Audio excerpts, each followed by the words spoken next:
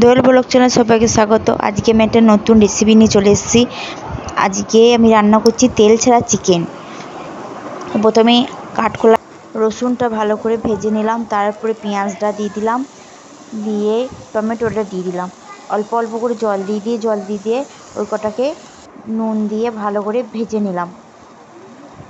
তারপরে মশলাটা দিয়ে দিলাম, মশলাটা দিয়ে ভালো করে নেড়ে নিলাম, জল দিয়ে নেড়ে নেওয়ার পর আমি এবার চিকেনটা দিয়ে দেব।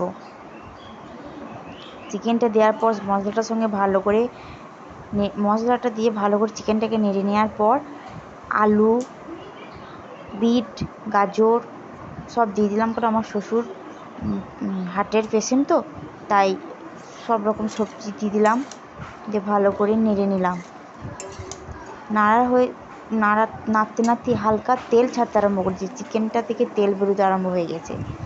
আমি কিন্তু একটুও তেল দিইনি, দিয়ে প্রেসার কুকারে ভরে দিলাম। এই যে চারিপাশে তেল ভাসছে, মনে হচ্ছে আমি তেল দিয়েছি, কিন্তু আমি এক ফোঁটাও তেল দিইনি।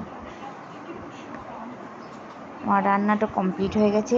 আমার ভিডিওটা যদি ভালো লাগে অবশ্যই লাইক করবেন, কমেন্ট করবেন, শেয়ার করবেন।